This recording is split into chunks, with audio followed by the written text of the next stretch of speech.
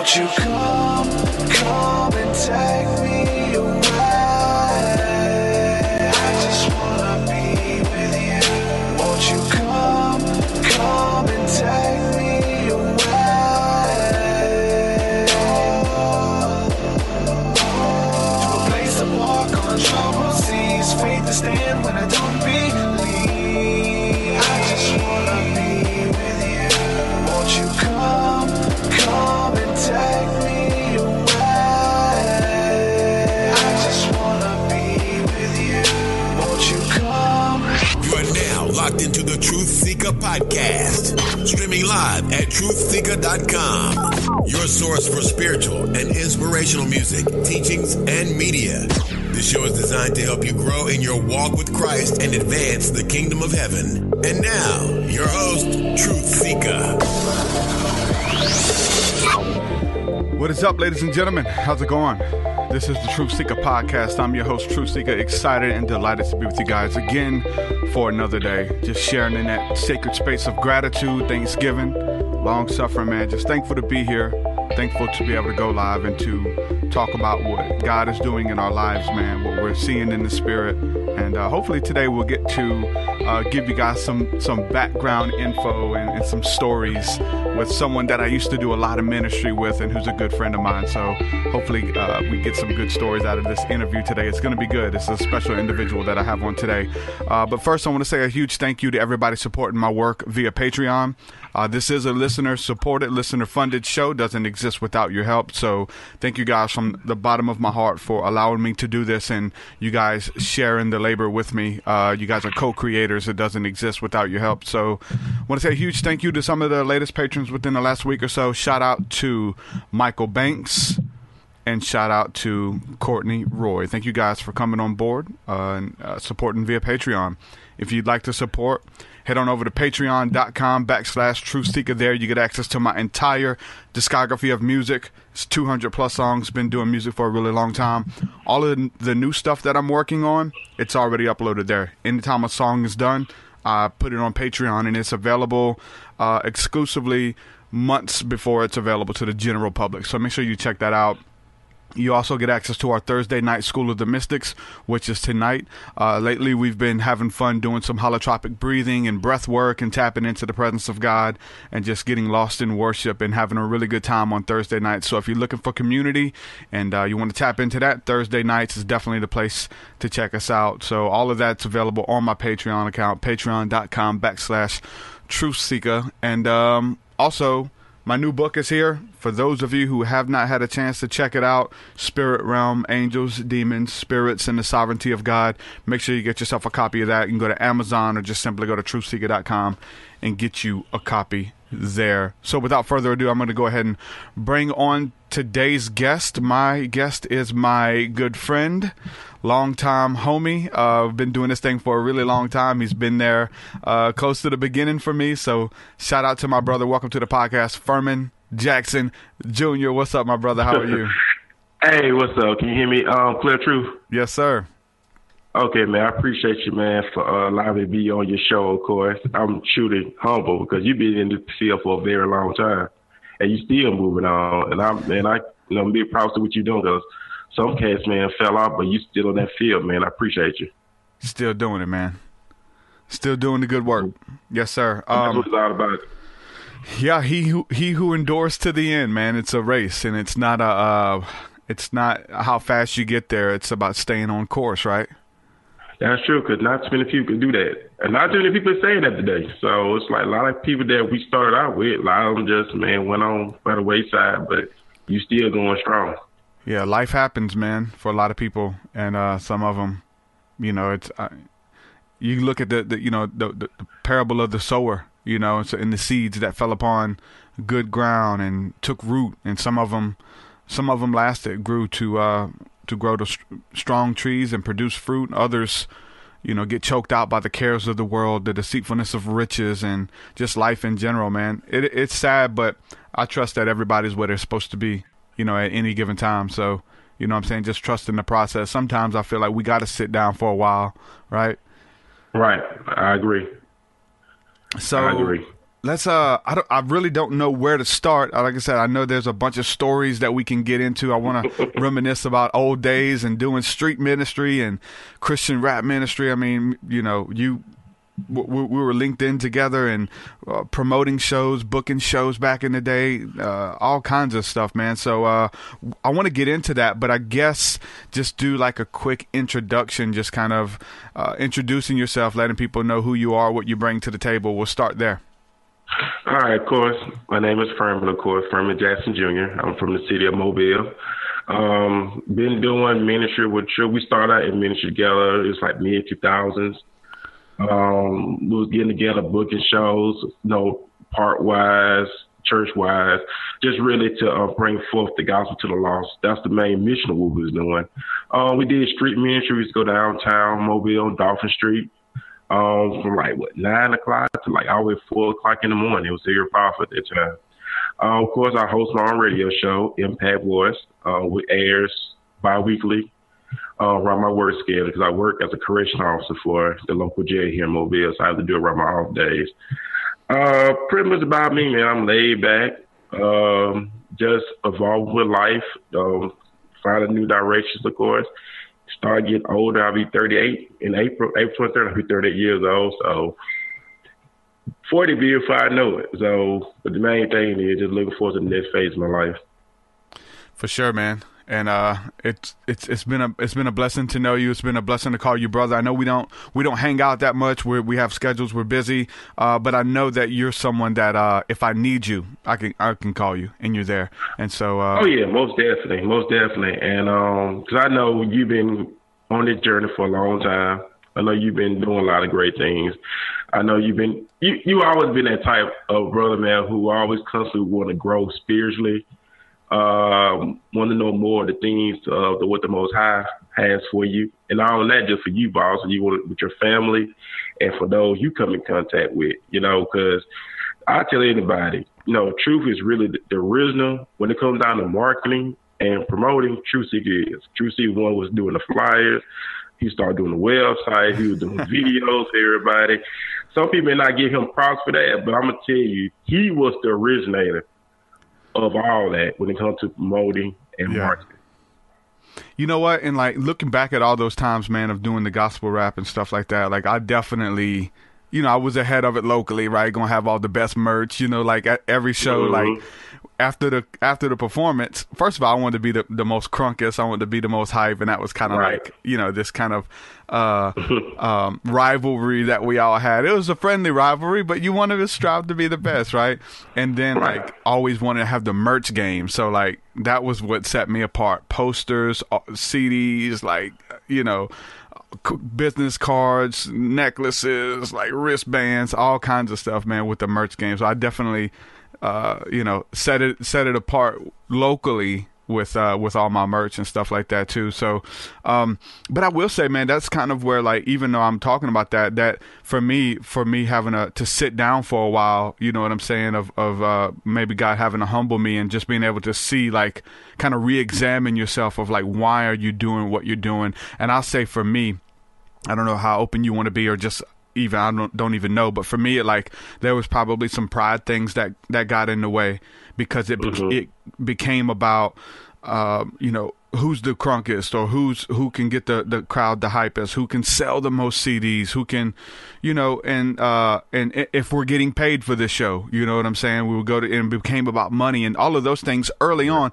So those are natural things. I don't think that they're bad things, right? You're like, you know what I'm saying? You need to be, you know, because churches take advantage of you. They come out here and minister for 2 hours to our kids and not even give you a dime. You know what I'm saying? So having like all of this stuff when it was new, trying to process it, because there was not really a lot of people showing us how to do it.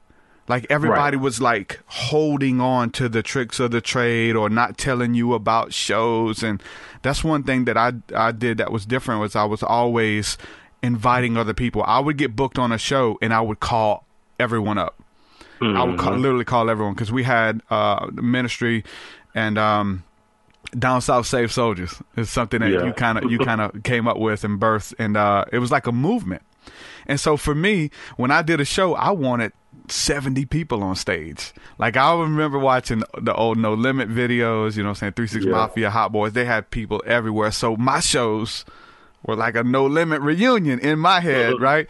But other people, they would get booked to shows and they wouldn't call anyone, right? So I was always wanting all these people to come up there with me and all that stuff. And even other ministers would see me perform and say, Truth, like, why you got all these people up here with you, bro? Like, you have the anointing. These guys are just jumping in front of you. I know you want to. For me, it was something of like, we can glory together. The Bible talks about in Proverbs, like, when you got a friend with you, when you achieve a victory, you can, you know what I'm saying? You can celebrate together versus going out there by yourself and that kind of thing. So I always wanted to have everyone around. But, yeah, so for me, I had to like check my heart, you know what I'm saying? And say, why am I doing this? And I just want to, and when it became about the other things and the applause of men, and I understood that I was only doing it for the hand claps, and it's intoxicating, even if you got a church of 7 people that just applaud you and things like that. So I had to check myself and understood why God had to sit me down for a while and kind of examine myself and get things right.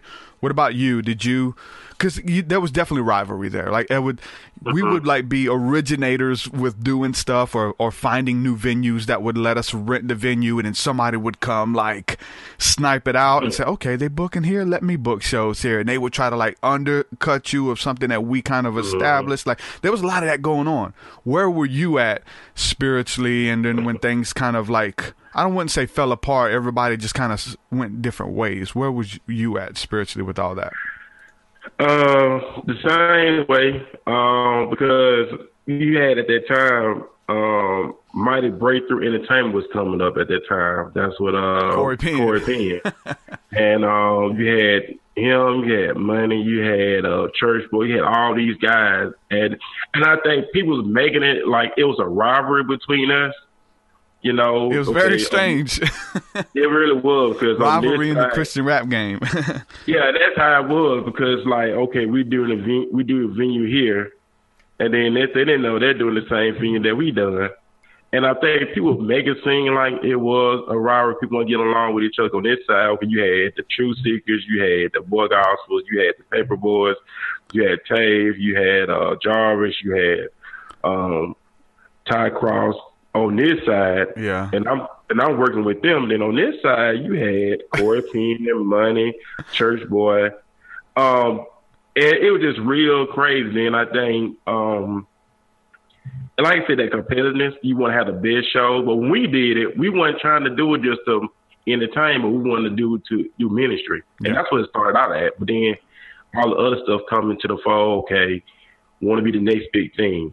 Want to make this a full-time career. Yeah. You know, we start thinking like that, which is not being evil, but it's just at that point, like, I can make a full-time career out of this thing. But around here, it just seemed like it was a big rivalry between 2 organizations. It was crazy.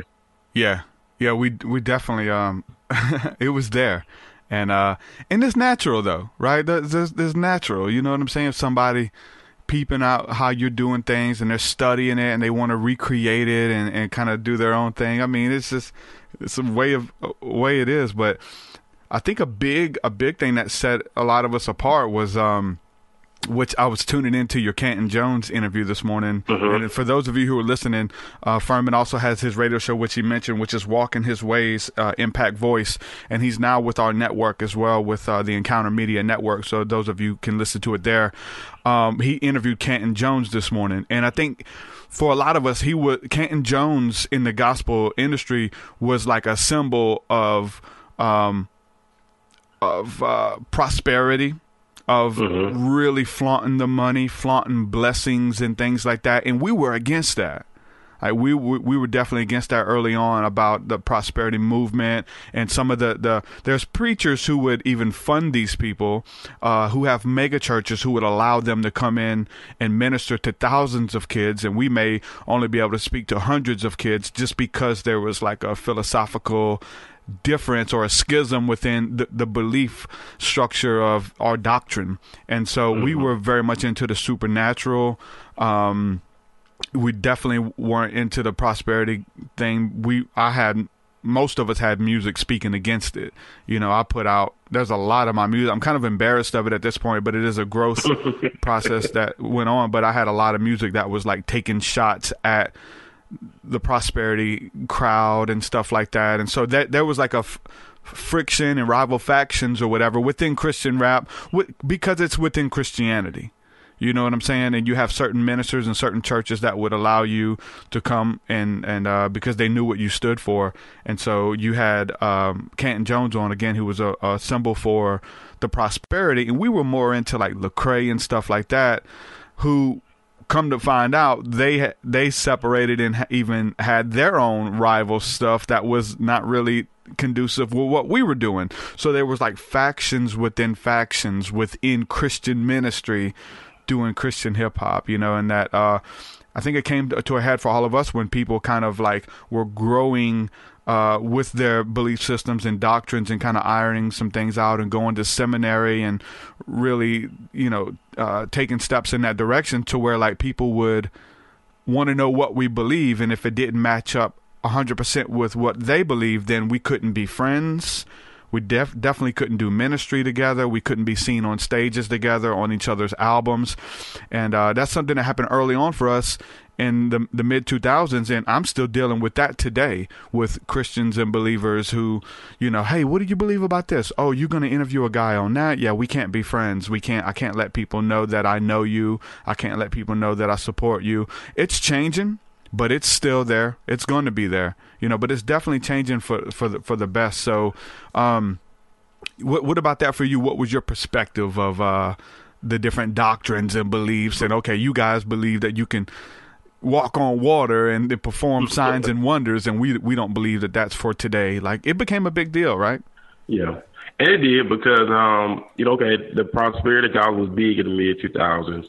Because they feel like, okay, you had the King of Copeland, you had the Creflo Dollars and all them cats, and they were preaching prosperity. They were thinking that, okay, you say you could be rich. So a lot of the artists that was coming up said, like, okay, I'm supposed to be rich. I'm supposed to have the biggest house. I'm supposed to have the nicest ride, the fat bank account. And we was against that because Jesus said, what profits a man to gain the whole world yet lose his soul? And a lot of them start losing their soul in the process of trying to gain material wealth. But if you was against that, a lot of people calling us renegades, you ain't got no covering, maverick, you heard all this type of stuff from local ministers here in the city of Mobile and surrounding areas, that them guys, they're outcasts, they're rebellious, I want to say. Yeah. I heard the word maverick. You don't have no covering. That's a big thing, no covering. Yeah, that was big, and by covering they meant submitting yourself unto a pastor and a denomination and things like that. It was really weird, and you know, a lot of us are still there now. There's a reason why a lot of us didn't fit into certain molds and things like that. You know, whether it's character defects or it's just schisms in the doctrine, like, you know what I'm saying? Especially because we stepped it up. We were definitely given over to studying the scriptures. And my story, you know, I got involved with the Hebrew Israelites, and you know, that changed everything for me. The way I studied the Bible, they taught me how to study. They really was about mobilizing and going out into the streets. I remember the first times that we went from just preaching at churches and parks and like places that you're going to be applauded, and we would preach in these places and we'd get donations sometimes and get applauded, to like, oh, we're going to hit the streets. We're going downtown to the club scene. And like you said, we would go out 9-10 o'clock at night and we'd stay till like 4 a.m. And we would preach and prophesy against sin. And I was connected with the Gathering of Christ Church, Minister Ricard Ciar, and the Light and Body of Christ Church as well, Brother Rum. And there was an urgency of we need to get people saved. There was an urgency that we needed to preach against Babylon and what was coming. And so with my influence, I know that it, you know, everybody that was with me, they got brought in, whether they were watching Hebrew Israelite videos or doing their own studying. I know for a fact they wasn't studying like me, but I would teach them, like, you know what I'm saying? The other younger brothers who, like, I would study it, you would study, you definitely were given over to study, and we would learn what we were called to at the time and what we thought ministry was supposed to look like, right? Yeah, and like I said, I still have the Apocrypha to this day. I still have it to this day. I do go over it. Oh, the Apocrypha, for sure, 100. Yeah. The Book of Jasper, I'm in that now, Enoch, because the gathering Christ at that time recalled when they came to me, I embraced the culture, of course, the tribe of Judah, of course. Mm-hmm. Them brothers, man, they was on point, and they still consistent to this day, of course. Ricard still does stuff on YouTube. I watch him a lot when I have the time to do it, so I'll subscribe to their page. But them brothers was on point. And when they teach how to evangelize, they teach you how to be on the same accord. Some Hebrew Israelites, I ain't gonna lie, man, some of them jokes was funny. They be cussing. I think not Ricard. No, not them. I don't want to say they Ricard is a whole nother level. Yeah. But if you had some cats that's out of New York, I think they were trying to justify raping a woman with justifiable. It was years ago. I think you shared a video with me. That joke was so funny. But them cats, man, they rebellious. We ain't talking about what they was doing, but it was funny. But regarding them, man, they was on their games. And then the way they did ministry, they compared what was going on right now to the prophecy that was going on in the Bible. So, but truly, you was responsible for that because you was the only brother, man, that was encouraging us to learn, which I know some people did rebel because they feel like there was some type of other, doctrine because of the way we was taught. But I fully embrace it, and I enjoy it to this day. I'm showing some images now for those of you who are watching this on YouTube. For those of you who aren't, I'll try to upload these into the show notes. But there's some images of us out there speaking. There's Ferman. I need to send these to you too, Ferman, so you can see. But here's us right here. My brother Anthony, me, and Jarvis, and we had those big signs too, right? Oh yeah, the big signs that we had made because I'm a G, I do the graphic art, you know what I'm saying? So holding up these big signs with I remember the first one, and I feel so bad looking back at a lot of this stuff, but it had Benny Hinn and Creflo Dollar and 50 Cent, Get Rich or Die Trying, really preaching against the wealth of the wicked and preaching against the pursuit of riches and things like that versus godliness and stuff. And so it was interesting times, man. We had some fun experiences out there. Oh yeah, there was some fun times. I mean, on the Saturday night, but then what thing about it was, men and women came up and they had questions. A lot of them were dealing with it. I think in one of the videos, one guy said he was going to whoop somebody because he did something anyway. But the guy came to us. You probably remember what the guy said. He ended up losing his wife. He met a girl. He had a one-night stand with the girl. The girl got pregnant. He ended up losing marriage behind it. And he was upset about it. But he liked what we was doing, the ministry. I think somebody said something in the background, and he said he was going to whoop somebody. It was in one of the videos, but getting back to the point of the story was we were dealing with people that had some real-life issues. People go downtown to drink, club, to escape the realities of life, if we could say that. You're dealing with the cares of the world, you're dealing with stress, you're dealing with everything. So people go down there and have a good time to get away from their personal experience. So they always trying to fill that void. We were doing that. We was all trying to fill that void. Before you came to the knowledge of Christ, only he can feel that emptiness on the inside. Not a woman, not a man, not your job, not your degrees, not your money, not no stock. None of that stuff can I feel the emptiness. Only he can. Yeah, I'm going to try to see if I can share some of this video with you.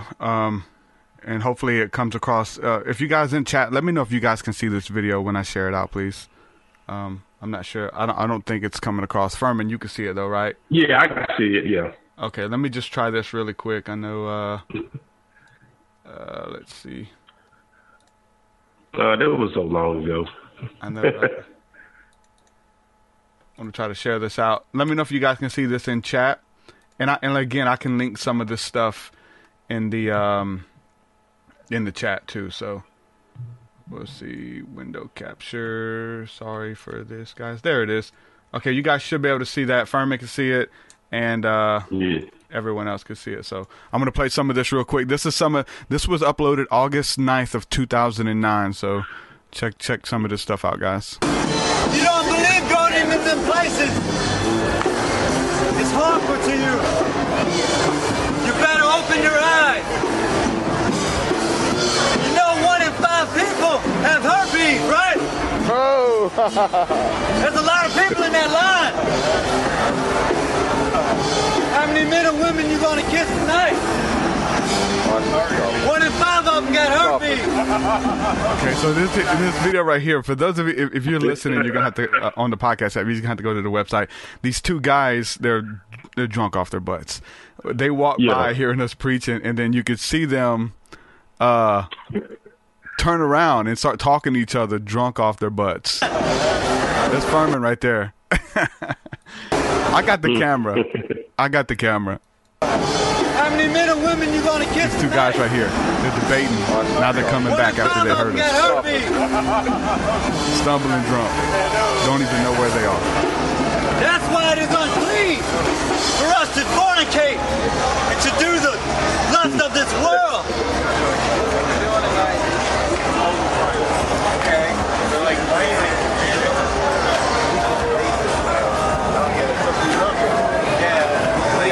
yeah, it's kind of weird though, like what you're doing. David. I mean, like, no, I got a church and everything, but like the way you're doing it is like, yeah, you're pushing on people and it like makes it trying to preach. We had a lot of interactions with the public. Interesting. I'm pushing.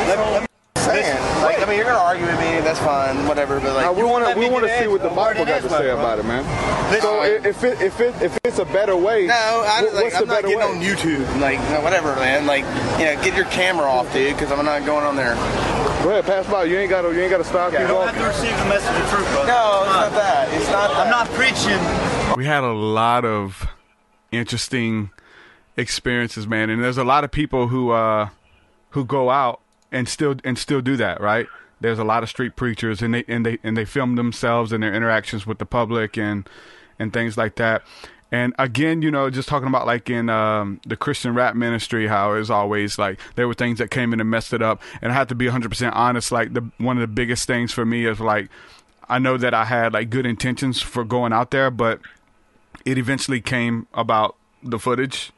You know what I'm saying? Of what type of footage or interactions we can get. So me being the one who was, you know, most well studied, like I would study all day how to debate people and how to, if somebody brought up that they were gay, we got videos of us debating lesbians and things like that. And for any, I mean, I'd spend hours and hours and hours of watching other street preachers and getting all the scriptures down to debate people and tell them why they're wrong and we're right. And so it got, again, a prideful thing of me hiding behind the camera and just trying to get footage for YouTube and to get seen and stuff like that. So you start out doing things for the right reason, but then it switches, you know, quick on you if you don't guard your heart. So that was something for me. And like most of the footage of me preaching, I deleted it, the majority of it. Now there's some stuff with you guys, and this is like cool for us to look back on. There's several videos on here. There's one that I did leave up where we dealt with a young man who was in the Iraqi war. And that's a deep video, and it was one of the most popular videos of the time, where this guy went to Iraq and Afghanistan, and their sergeant, lieutenant, whatever, told them to shoot these insurgents who were on top of a building, and they all lit all these people up and just mowed everybody down who was on top of this building. And they went up there to check the casualties, and it was all women and children. There was no men, there was no Al Qaeda, none of that. It was all women and children. And this guy was down there drinking to forget, you know what I'm saying? And we had that run-in with him, and that footage is up, and he's just crying and talking about how he was lied to and thinks that God's going to judge him and stuff like that. So we're down there just trying to help people. I mean, people down there just trying to feel something, man. You know what I'm saying? Or block something out, you know? Yeah. They've done too much that's the only way that they know how they can keep going and not be reminded of it is drink. But the only thing about that is like that stuff keeps coming back. If you don't find true healing for that stuff, it's still there haunting you.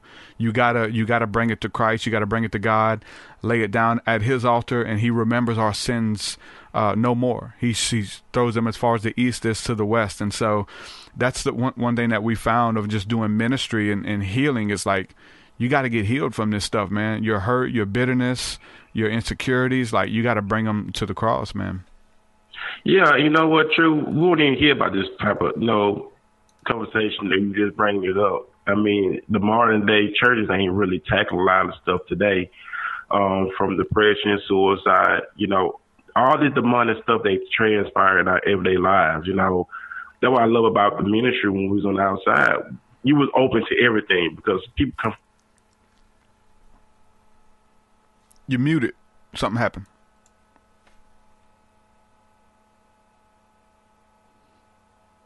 I don't know if your mic's muted or not, Ferman, but I can't hear you. Who Jesus is, and He can take all that stuff away. That's what I loved about the ministry because He wasn't looking down on anybody. Yeah, that was the thing about, and I say thing was about, and it's we have to stay there in a place where we're continuing to learn.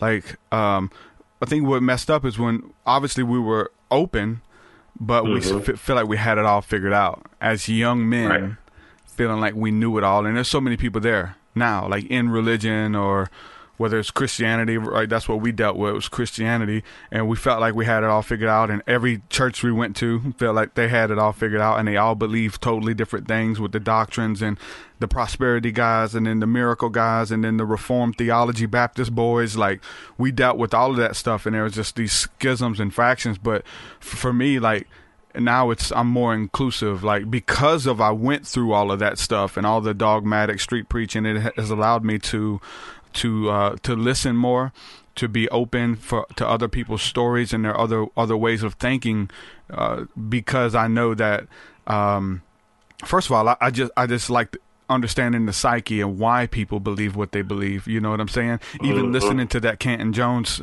interview that you did today, like he's like he grew up in church. You know what I'm saying? He was a church kid. He was a pastor's son. Like that's not our story. Like, you know what I'm saying? I wasn't a pastor's kid. I was in the streets. You know what I'm saying? So obviously we have different stories and we have different teachings and belief systems, but just seeing the beauty in our differences now. You know what I'm saying? Versus, he believes this. I can't be seen around him. I can't be his friend. People are going to associate, me with him if I have him on a song or interview him or something like that, And so just growing from all that stuff, man. I appreciate it because that's the process that we went through. You know most definitely. Most definitely. We live life lessons.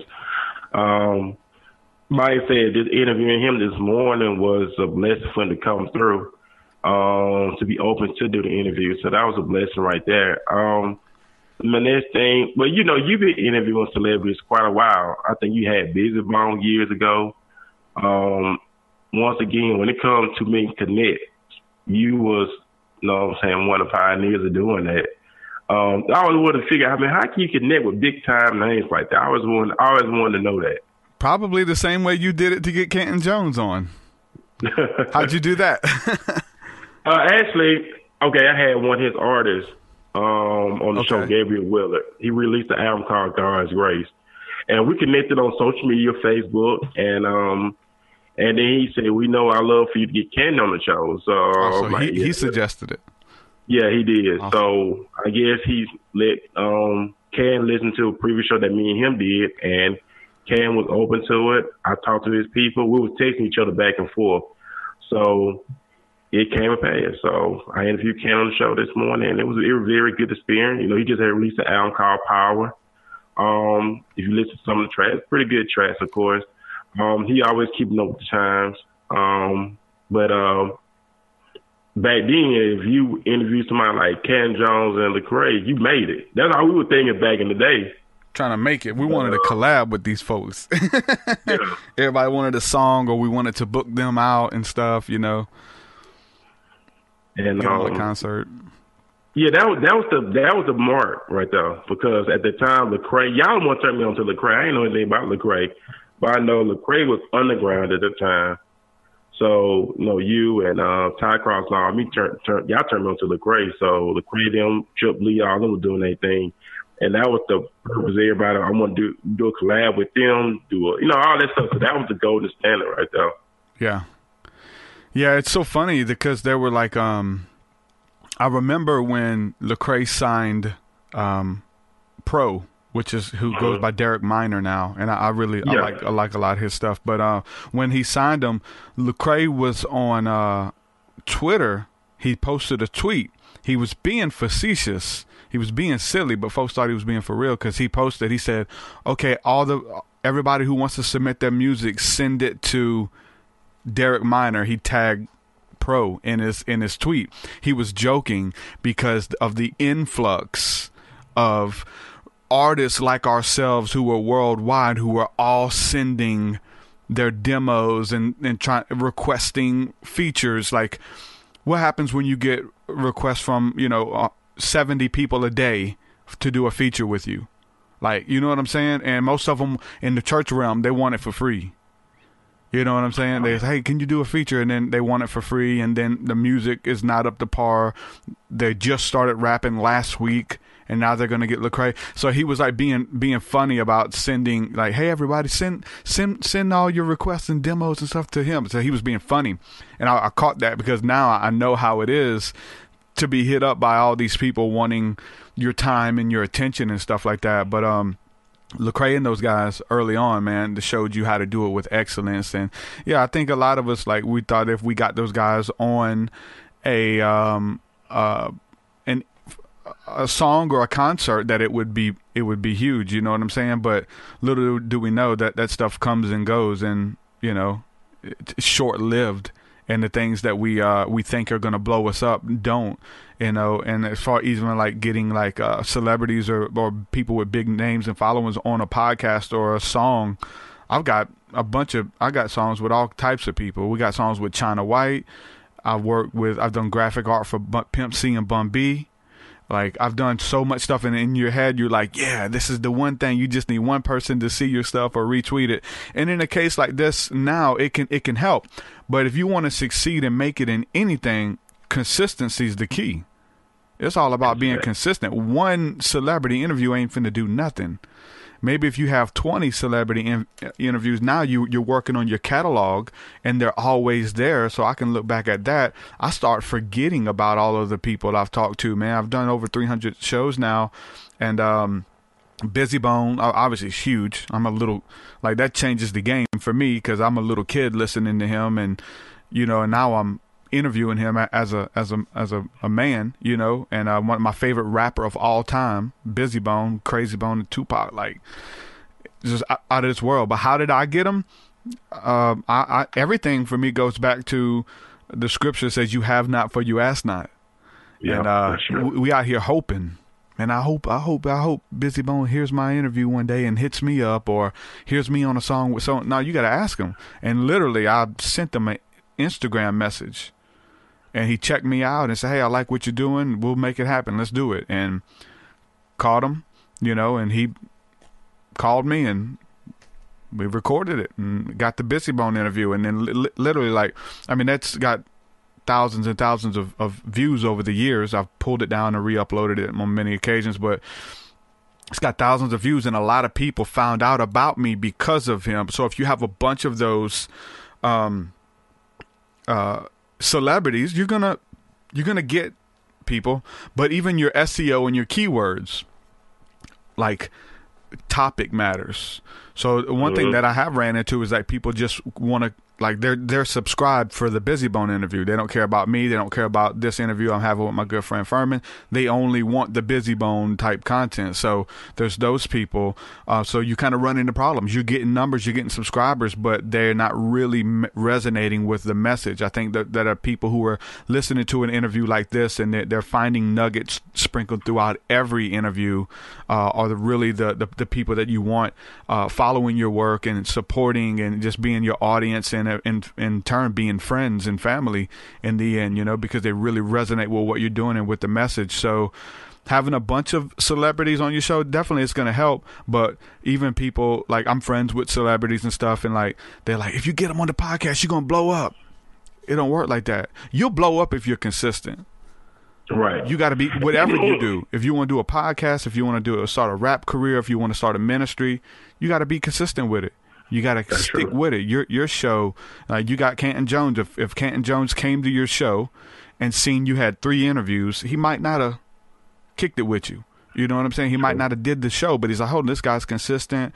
He's interviewing people. He loves the Lord. You know what I'm saying? So all of that stuff comes into play, but I really feel like consistency is key. But you have not, for you ask not. So just ask these people. Most of them run their own social media, and you have to, you know, try their booking agents. There's a bunch of different ways, but being persistent and consistent works. Oh, yeah. You know, that's just confirmation, because I thought about that word this morning, consistent. That's just confirmation. You got to be consistent in everything you do. There's something I was going to say. Like you said with Talel's Instagram, a lot do have access to their own social media site. It made me think about, remember when God talked to Moses, and he told Moses, what's in your hand? And he said the rod, and he told him to use them, paraphrasing. Mm-hmm. That would come with the radio thing, because when I stopped doing the radio and I went back to it, like, what you got in your hand? I'm like, I got the radio. He said, use it. So it's like when I connect with people, I can talk to somebody, hey, I got my own radio show. I send the website. Oh, cool. Let's collab. And that's how I've just been running with it. Yeah. You got to ask them, you know, and be consistent with it. And, you know, the Moses thing for real, like, it's like looking at what you already have and using it. And then the scripture says that he who is faithful with the small things, I'll make him ruler over more. Again, if you didn't have, you know, all of these local people on your show and being consistent, when a big interview, which the interview was really good, I listened to it and I loved it. It was good stuff. And so you wouldn't, again, he could have turned it down or whatever. Not saying that, you know, we esteem anybody higher than another, but these are people that, you know, we've looked up to and we want to talk to and we want to have on. And when they say yes, it's like, man, there's a confirmation there. But, you know, using what you got, being faithful with it, with your technology, you know what I'm saying, with your quality, but always be looking to step it up. And then so tying all this stuff back into the prosperity thing, that was probably our biggest thing with them, is because they never had enough. The prosperity gospel always wanted more. Once you got a raise and a promotion, you're still striving for the next. You want to be the leader. Mm-hmm. Once you get so much salary income, you want to get more. You want to get more. So you never it never lets you settle and be content. What I found over the years is that it's a dichotomy, but there's a weird balance of being content with what you have and where you are, but still striving for more. Being thankful for all the little things that you have in your life, but still building, still open for opportunity and expecting for more. So what would you say with that? Like, how have you, obviously we measure success differently. And I heard you even talk to Canton today, asking him about Proverbs, talking about success. What do you want to be known for? We measure success differently. It's not measured on numbers. It's not measured on anything like that. Success, I think, is for us is measured on integrity. It's measured in souls, people who we've, you know, won to the light, and we've been able to introduce to Christ in some shape or form. Doesn't mean that they have to say the sinner's prayer and come into the kingdom, or like just being a light to somebody. Like, that's success for me. For you, how do you measure success now? Character. You know, Proverbs talks about a good name. A good name is better than riches and stuff like that. We can have all the money in the world, but we have a nasty character. You know, it's like when you first somebody hear your name, is they gonna say something good about you, or they gonna say something bad about you? So that character is important. Of course, the Bible do say, "Don't let your good be spoken of." Also, yeah. So character is everything. That's important. You gotta have that character. Yeah. I'll say with that though, like, because again, I still deal with that when my name comes up. Like, I meet people who know me. I have no idea who they are, but they already know me because whatever. I was a minister. Oh, yeah. I, was a big deal in Mobile. You know what I'm saying? And now people know me. I meet them like, oh, I know who you are. And I'm like, how do you know who I am? Who, you know what I'm saying? Yeah. And so when my name comes up, I already know that people, have a preconceived notion about me or whatever. And so they judge you. They say, I get called all kind of things. They call me a witch, all kind of weird stuff. And I'm none of that. You know what I'm saying? But your character, damn a belief system. I don't care what you believe.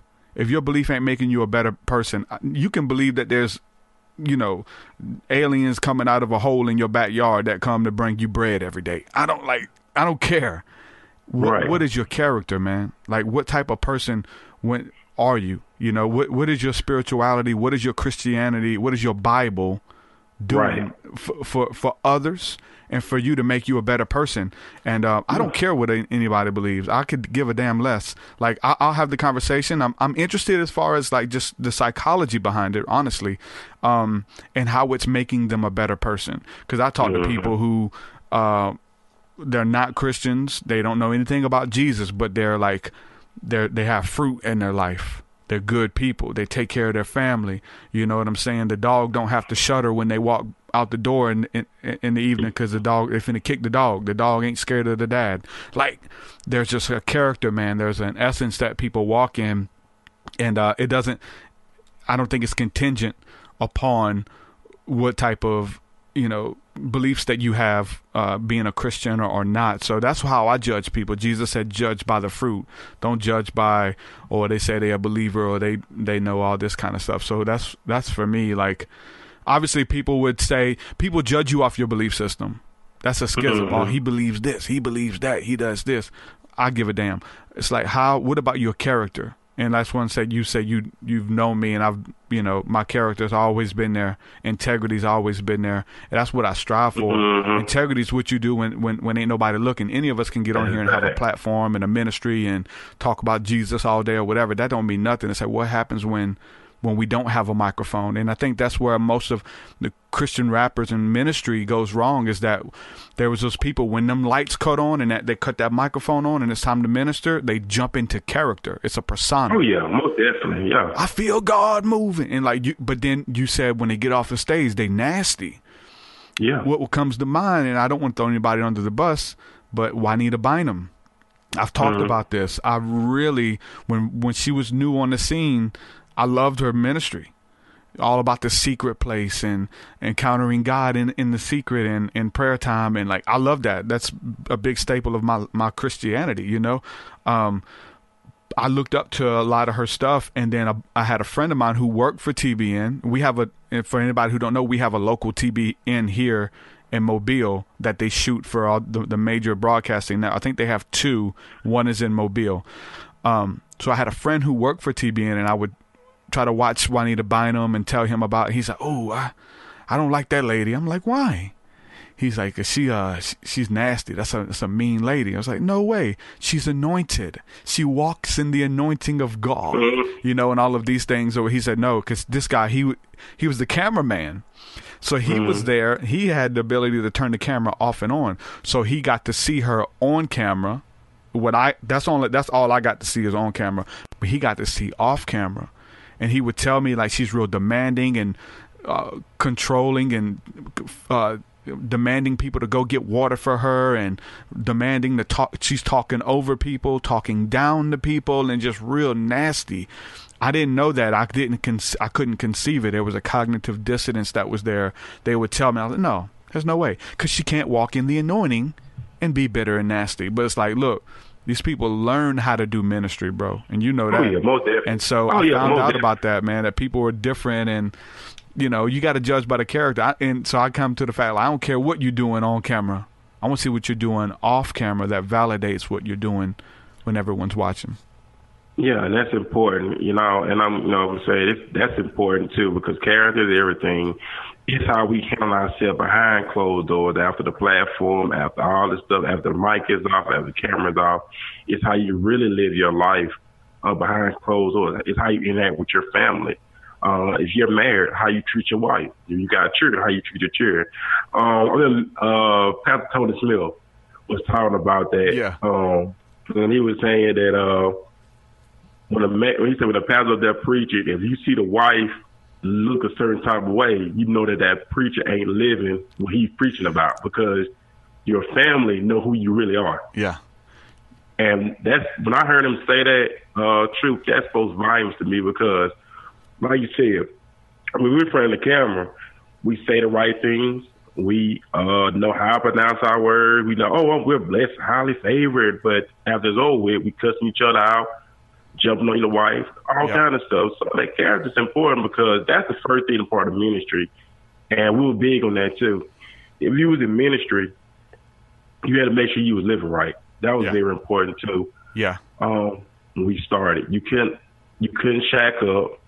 You couldn't be fornicating. You couldn't be doing all that type of stuff. We had those. Yeah, there was no drinking. There was no smoking. Nothing like that. Like if you and if we knew that you were doing that stuff, we had to sit you down. You couldn't come get the microphone and be doing pills, which we had to eventually run into that stuff. I mean, because we had standards like that, a lot of people wouldn't tell you when they were doing it. And I think that I was dealing with people who was, they were smoking weed and stuff like that, and I didn't even know it. There was a lot of people, because they wouldn't tell us, because they know that it wouldn't sit with us. We did songs against it, at the time, But talking about the state of one's family and one's wife, not to get political, but there's a bunch of videos that stood out to us early on, and I was joking with a friend, we wanted to start a movement called Save Melania, because Donald Trump's wife, Melania, there's tons of footage of him looking at her, and she smile, and then when he turns his head, she frowns and looks down. It's like he gives her the eye, and there's just all these creepy videos of Donald Trump, handling his wife, and the way she looks at him was like, hold on, something's going on. This dude is not who he says he is, kind of thing. You know what I'm saying? So looking at the spouse and their relationship, and being able to hold a marriage together, and things like that, and a lot of ministers, man, going through divorce, and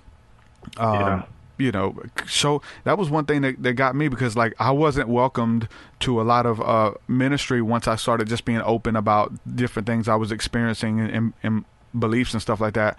I guess at the time I was a little bitter, but now it's like rightfully so. Like, if you believe all this other stuff, that I don't want you talking to my youth. You know what I'm saying? If you believe in this or that or this and that, like.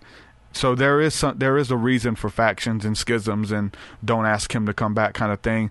But I felt a certain type of way, because like I wasn't asked to come to performances and stuff like that because of that. But other people who would show up to church with their side chick and leave their wife at home, they were applauded, and like they're showing up with random girlfriends at the ministries, and I'm like, why I got to sit down, but y'all letting all this go on?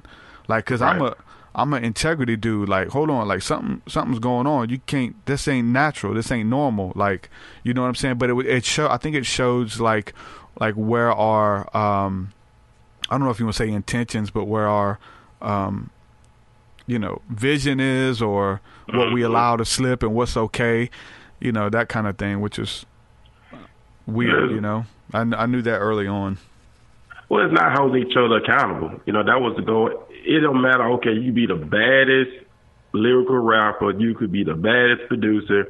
If they know they weren't living to the expectations, they was overlooking it, It was like, we just pray for them, but nobody will hold each other accountable. Yeah. And that's the problem in the Christianity movement now, which that's a whole nother broadcast on the Christian thing, but it was huge for me, because we did so much outreach, and people would call us to do outreach, and we would do so much outreach, and but what was big for me was just what you said, like when you had a brother who was struggling, like if I believed in things that were damnable, if I started believing in things that were demonic or whatever people were saying about me, if I really did believe it, then somebody needs to come correct me.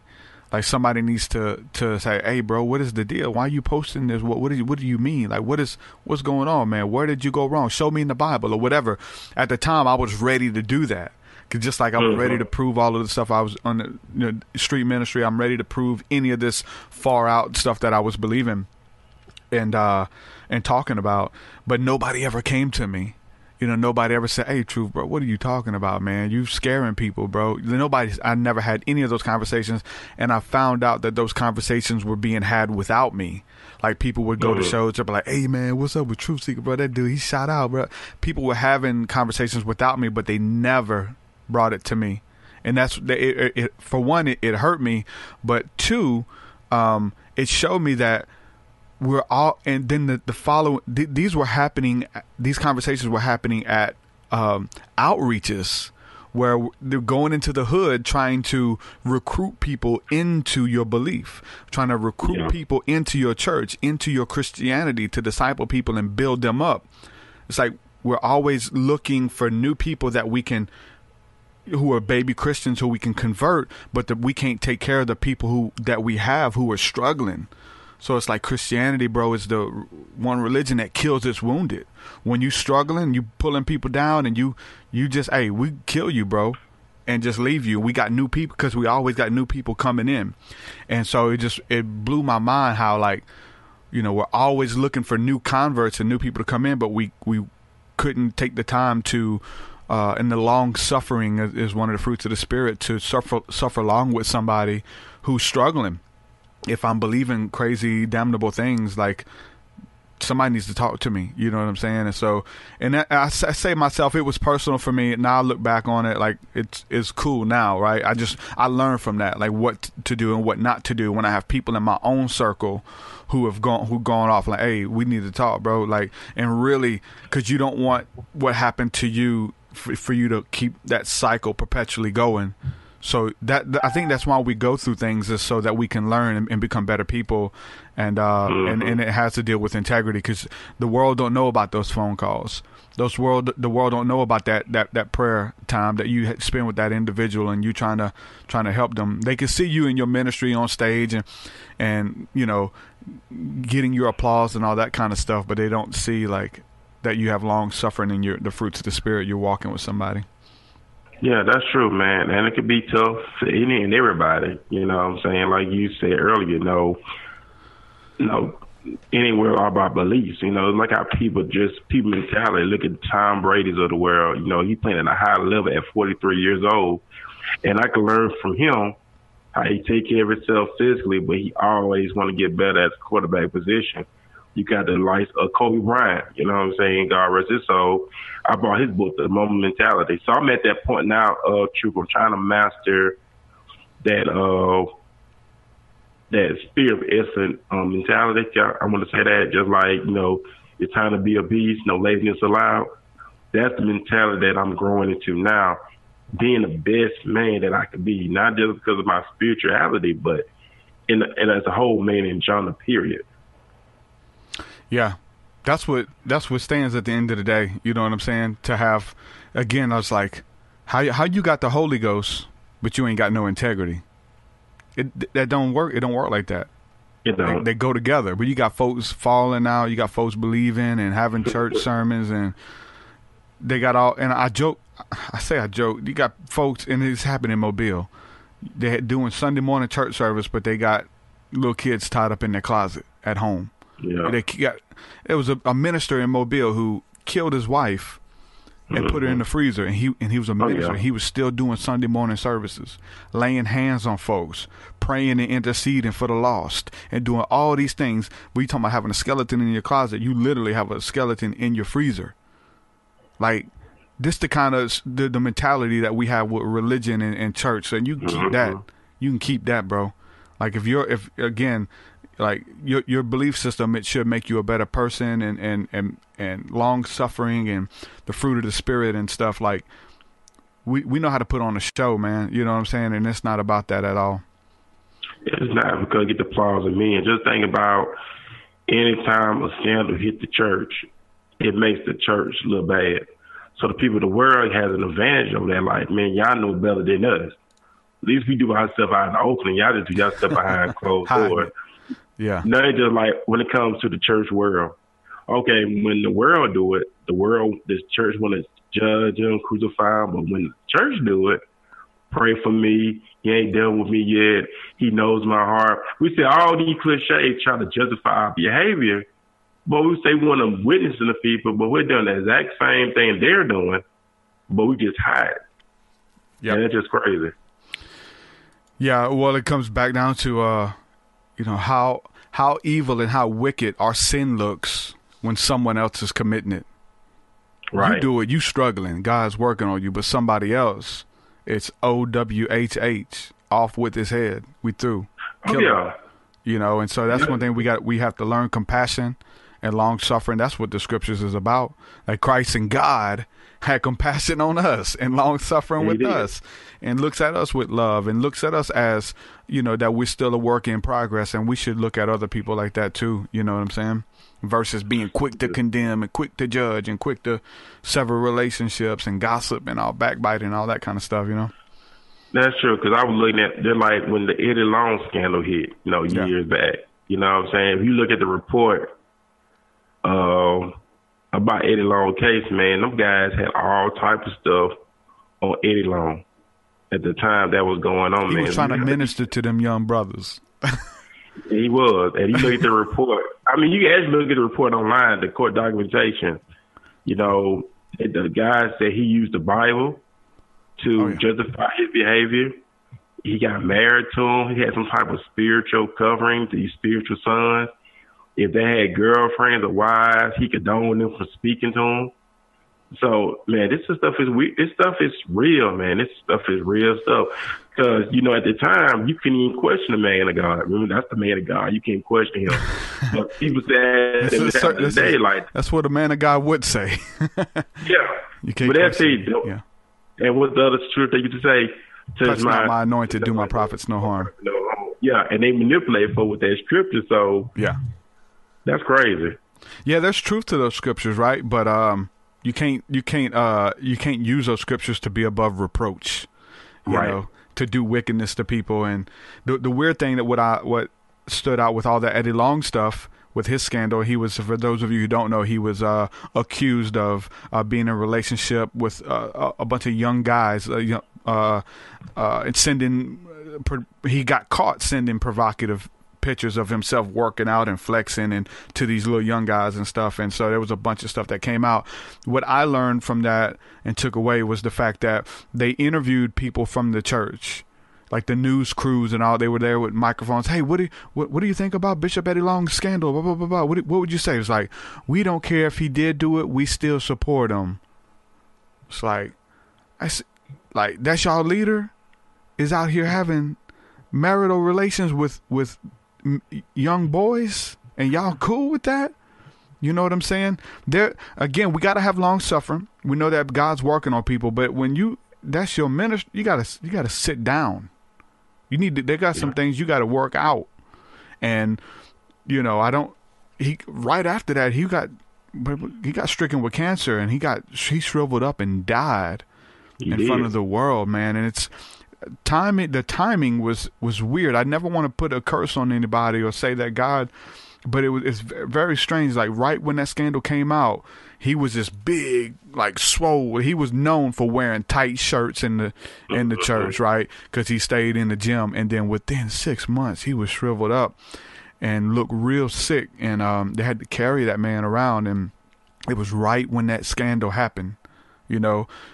When you deceiving people, bro, you do have to answer to God, bro. You got to answer to God. You can fool some people sometimes, but you can't fool all the people all the time. You got these people fooled, but you can't fool God. That's it. God sits high, he looks low, and he see everything. And when he screwed up, man, he was so small. It's like, wow. But the thing about what he was doing, he still kept going along with ministry, like nothing never happened. Yeah. That's where he messed up. If he would have sat down and admitted it and confessed, but he did say something. What did he say? I know you know what he said because you told me. I know when he first came. Hold on, you're breaking up a little bit. Your audio went out.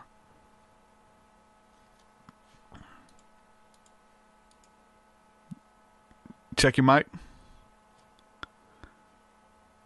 Maybe we'll okay, you're back on. So he said he said I'm not a what? What he said, I never said to be a perfect man. I never said I was a perfect man. So he admitted to it without admitting to it. Yeah, he basically what he did, because anybody come at you with some type of allegations, you're gonna say either yay or nay. If somebody say I'm accused of doing this, you're gonna come out and say no, I didn't do it. I'm gonna prove my innocence. But he started off with saying I never said to be a perfect man. So when the person say that, that means yeah, you did it. But the people are so gullible. Well, he never said he did. Yes, he did. He basically said he did. He never said to be a perfect man. It's weird. Read between the lines. Yeah. He did do it. It's like you want to, you can't. Again, I think going back to like the Juanita Bynum thing. She would never. She's holy. That's a woman of God. She'll never treat people like that. And there was nothing that you really could tell me at the time. I didn't believe my friend until I seen footage of like, private meetings that they had with her, and her talking about paying $5,000 for a pen and making fun of people, who use, all kind of, I just seen all this random footage. I'm like, okay, and that's the thing. Like, we got the internet, we got cell phones, and a lot of these people we look up to, like, there's footage of them saying what they really believe. And for me, it was like, okay, yeah, they're not the people they claim to be. When the camera's on, they do a good job. Anybody can turn a camera on or grab a microphone. That was the thing for me. It was like, I gotta sit down, because I can preach. I can do ministry. You turn that beat on and that mic. I'm a rock a show. But I can't go up to a random stranger and share the gospel with them. You know what I'm saying? I can't go up with somebody who is hurting and share Christ with them. But you turn that microphone on and put that music, and them lights hit me. But when them lights hit me, boom, it's time. It's my time. The smoke rises, the fog machines, yellow, blue, red lights come on, strobe light in the background. We finna rock it. But you turn all that stuff off, and I couldn't hide behind none of it. And I was like, you know what? I got to check my heart and understand like what I believe and why I'm doing this, because the applause of men is intoxicating. So I could definitely check myself in that, and I could check everybody else too, who was like being validated by that stuff, and they loved it. We did love it. You know what I'm saying? When getting the applause of men is intoxicating, bro, and many people are drunk from it. It is, because we don't want to be on that day when he said, I never knew you. Depart from me, your word was iniquity. You remember that many gonna say, I did this, I did that. I used to rock shows in your name, Lord. But that stuff don't mean anything. If the fruit don't line up, that stuff don't mean anything. And he'll say, depart from me, I never knew you. And he's supposed to be a believer. He ain't talking to the unbeliever. That's talking to the believer. Mm-hmm. A lot of cats gonna think, man, I did this, I did that in your name. But he said, I never depart from me. Because now, true, I talk to anybody say they saved. I ask some questions. If you say you saved, one girl got offended. Because if you say you saved, I'm going to ask you questions. Well, I don't debate the Bible. Yeah. But if you say you saved, I'm going to ask you a question. You got to be careful how you say that I'm saved. Oh, I'm saved. Okay. And then the scriptures say those who endure to the end shall be saved. So we're not saved yet. We're doing to be saved, because it's a work in progress. Yeah. I learned never say never, man. Never say I'll never do a thing again, because God has a way of God is not mocked. Man, I'll never do that. And I seen it with other ministers, and I was like, I seen them doing it, and then I seen myself doing it. I remember The Voice, Stephen, and he's a good brother of mine. But he had a dream about me that I was, and this was when I was still doing Christian rap, and we were kind of getting into some other realms a little bit. He's like, man, I had a dream that you were doing a show and you were cussing on the mic. I said, bro, that'll never happen. He's like, you said shit or something. I said, bro, I'll never do that. I said, I rebuked that dream. And little couple weeks later, we opened up for Little White, who raps with 3-6 Mafia, and I was up there drinking at this club, and we were doing our thing, and we had some music that, some of it was like straight up Christian rap, but we had some music that was just kind of like fun music, and I was up there cussing on the mic. And I was like, bro, you were right, dog. Like, I never say never. I know people who got delivered from smoking meth, and now they're ministers, and they got a family, and they have, again, they're over ministries. I'll never smoke meth again. I'll never go back to that. 6 weeks later, they smoking meth and left their wife, and they're in prison. Ministers, preachers going out of their marriage bed, turning in. They've been with a woman for 30 years. Now they got a nanny come in. A nanny comes in, and they start having that eye for the strange woman, and ministers trade in their wife that they've been with for years. They don't put on some weight. They don't got old, and they trade that wife in for a younger version. And it's a minister in the church is like, well, God had other plans for him, and the church goes along with it. And your integrity, man. Like, there's a time where you got to be checked, man. And I had to be checked. I definitely had to be checked, from the things that I was doing and I was getting into and stuff. And I have to be checked daily. You know what I'm saying? Like, because it shows you how powerful and ruin it all. Yeah, I remember. Now years ago when I did a speaking engagement with him, and he was speaking to this young group. He says, and I surprised to this day. He says, one bad choice, I'm paraphrasing, can turn into a lifetime of pain. And all they do is take one decision. That one decision can turn into either going to be something good or it's going to turn into a lifetime of pain. So we have to be mindful of, me included, of what we do, how we go about it, what we say. Because we got to realize, man, God sees everything. Even though He gives us mercy and grace, but we should always want to get it right in our own lives and get it right with Him. Not the first thing before anything. Well, I think it also ties into be not many teachers, because your teachers, your leaders are going to be judged differently than the regular person who didn't know any better. You know what I'm saying? So, and I think that's where God don't play, is when we got to sit down. Eddie Long, you got to sit down. Ty Bentley, you got to sit down. TruthSeekah, you got to sit down.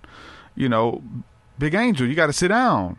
You can't keep going on. Like, you gotta examine yourself, man, and examine your fruit. But it's like our identity is in what we do and not who we are. And that's where we run into problems. Is our identity is, I am the best local gospel rapper. I'm the best minister that I can be. And if I'm not ministering, like, it's an addiction. I know how to do it. It's what I do. It's my life. Like, a lot of these guys, that's their livelihood. They ain't finna go get a job. They're not finna be a bank teller. They're not finna go build houses. They learn how to minister, and they get paid doing it. And so that's where we run into problems with that stuff, man. Oh, yeah, you got to think about if you go to cemetery, they teach you the highs and lows, which we never did that. But they teach you how to get people in by their emotions, soothsaying, to get money. Oh, the big tithe thing. Oh, man, that we was talking about that doctrine, too, a long time ago, the tithes and tithing. stuff. I talk about it often on here. Yeah, people gotta understand what tithe is all about. I mean, this is in your Bible, ladies and gentlemen, the King James Version. It talks about what tithing is, but you go along with the pastor say, the pastor leading you astray. If you steady tithing what they not saying it is today. Yeah, tithing is a good principle. Right, but it's they tie all these other weights on it. That if you don't tithe, then God's gonna get your ass. Literally, I'm just being honest. God's coming for you. That's how they gonna get it. Oh, you gonna be cursed with a curse. I'll be cursed. Yeah. And if you go to your modern day pastor now, if you say, I lost my job, pray for me, what's the first thing you gonna say? Hey, you've been paying your tithe. See, if you're paying your tithe, you know lost your job. Yep. Yeah, and we know people that happened to, Oh, yeah, because I think... hurting, struggling in their marriage, they go for prayer, and the pastor wants to know, are you tithing? And they say, well, I haven't had the money. And what happened to them? They send them away and say, oh, you're cursed. How do you expect me to bless something that God is against? They tell these people, this is witchcraft, man. It is. Talking about anything that I got into was it wasn't never any more wicked than that. Go away because God is against you. And they would send these people away until they came back with money. They wouldn't pray for them because they said God is against them. It's crazy, dog. Yeah, it is. And I think in one church before, if you weren't paying your tithe, they have your name in red for those who have been paying their tithe. It's a shame. The ones in red haven't been paying their tithe. Crazy. Publicly shame you. You owe. Have somebody sit down and have a meeting with you. What's the deal? What you going through financially? Why you can't pay? You know? Well, I know they had that one where they kicked that old lady out the church because she wasn't tithing. Remember that? That was on the news. Yeah. And the grandchildren found out about it, and they wanted to put hands on the pastor. They talking about you owe me. It turns into like a mob mentality, and it gets crazy quick. Now, tithing and supporting what you believe in, you should. Again, I liken it to you should not support what you believe in. I say you should, but I'm going to rephrase it and say you do support what you believe in with your money. If you believe in clothes, if you believe in dressing down to the T, if you want to keep up with the Joneses, what you going to do? You're going to spend money on it. If your heart is for the lost, if your heart is for the children in Africa who are going hungry, I've been praying for them. No, what you finna do? You finna send money. Your treasure shows where your heart is. Your treasure is your money. Listen, you like to eat out? That's where your money's going. Tell me you got a heart for, the homeless. You got a heart for this. You got a heart for that, but you ain't spending no money on it. Your money shows where your heart is. And so if you believe in a ministry, if you believe in whatever it is, you're going to support it. You need to have opportunities to support it. Tithing. Let these people be open. Look, man, y'all like this building. We got to keep these lights on. Y'all like the AC? Or y'all want to sit here with it? We'll keep the AC off if y'all want. And but if y'all do, listen, this is what we got. But no, they don't do that. They go above and beyond and say you owe God your tithes, and if you don't pay your tithes, he's going to take it from you. Your washing machine is going to break. Your car is going to break down because God is going to get his because you owe him. And then they'll say, again, you're not blessed by tithing. Tithing don't get you blessed because you owe that. You're in debt to God. You get blessed when you move beyond the tithe. Right. You have to move beyond it, and you have to give extra. So not only do you give your 10%, you got to give 20, 25 or more % of your income for God to bless you. And man, that's demonic, bro. These folks teaching this stuff. They are, because they're not going to question their pastor. They're not going to question the leadership. They're really not. But that's why it's always important to take time out and study, and allow the Holy Ghost to lead you and guide you. So when this stuff comes about, you already prepared. Like, no, that's not biblical. No, they don't line up to scripture. But they look at, they're not going to study anyway. So that's the man of God job. That's his job to study about. That's not my job. His job is to feed me. So that's what they go off. Yep. Yeah. I remember when we were real deep into studying and stuff, I remember talking to Tave, and he was going to a youth group of a large mega church locally here. And, their youth pastor trained them to say, everybody say one verse.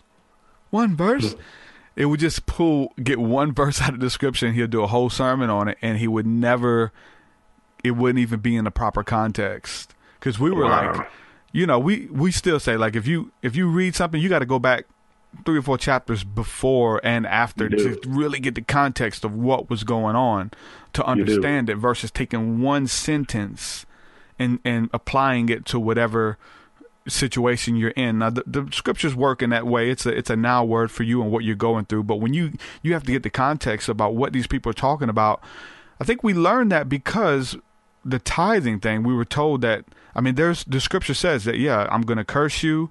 You're not doing what you're supposed to.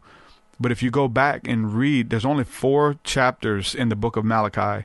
And each one, it addresses who that book was for. That book was written as a prophecy, as correction to a people who weren't doing what they would. This wasn't for people who were paying tithes. It was for people who was receiving tithes. It was specifically for the Levite priest who was receiving the money and doing these things with money, and they were spending it on things that they weren't supposed to be.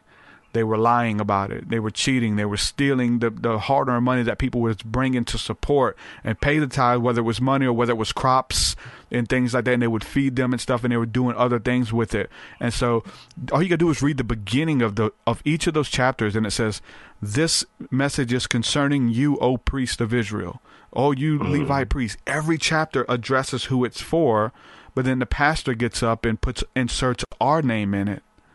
"This is for you, tither. This is for you, young man." So hold on. That's witchcraft, bro. You manipulating the scriptures to get money and to make it say something that it don't say. It's dark. Super dark. Yeah, it is, man. It's crazy out here. If you're not careful, it's going to taunt you to and fro, especially with the type of doctrine that's going on today. If you're not rooted and grounded spiritually. And we've seen everything fall by the wayside. Because you talk to a Christian today, Truth, to like with the whole coronavirus thing, a lot of people's upset. Well, they shut the schools down and they say blase, blase. And I was like, I was giving the lady scriptures on about the situation, whatever. And then the first thing she said was, don't insult her. Like, I had taught you with the word. I just said, the Bible said, don't be just a hearer of the word, but be a doer of the word. So she took that and I assaulted her. Oh, assaulted her? Yeah. You assaulted me with the word. But you're a believer. I'm watching your page. You're a believer. So if we both believers, then we should agree with the word say. So it showed me nowadays, too, they say that believers, they actually don't agree to what the word say for real. It just showed me that. I mean, I hate to say it, man, but I feel like a lot of these churches let the people down right now, bro. When the people really needed the church the most, they shut their doors.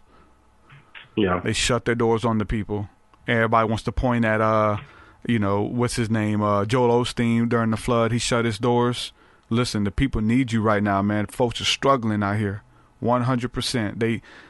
Folks ready to say goodbye. You know what I'm saying? They don't know what's coming tomorrow. They think for the majority of people, they think this is the end times. Like, you know what I'm saying? And then there should be some solace in the house of God. There should be some solace in the body and group of believers. But the government told them to shut the doors, and they're going to arrest us if we don't. So we had to shut the doors. And so, man, when they talk about, I talk to people and good friends who are like, people are going to be excited to go back to church when we can gather again. I said, no, bro. Folks going to see through that. Folks ain't going back to church. People like church numbers have been declining for years anyway. Oh, yeah. Now, when I needed you the most, you was not there for me. Nope. They failing, bro. Oh, yeah, it is. It's not going to be the same. Like I said, the years, it start declining anyway. So you're not going to see how it used to be because the doctrine is wrong. And also I want to tell it to the people too, True. When Matthew talks about the end time, I hope people got to be mindful what they be trying to explain them scriptures for real, because they try to, we in end time right now. Be mindful how you explain that, because it's not terminally saying what it's saying. You have to do concept, pre-line, concept. People got to be careful of that too, because they lead people astray with those truths about the end time. Yeah, so since you brought that up, I'll tell you what I believe with the end times now, as far as like where we are. Like I didn't know that there was a doctrine behind this. I didn't know that there was a accepted way of believing. I just came to this on my own studies and my own understanding. And then I talked to other people. He said, yeah, that's called this. And I was like, oh, wow, there's other people. I'm not just by myself, like organically through study, research, scriptures, experience, all of this came to this understanding. Again, Matthew 24 is a huge one.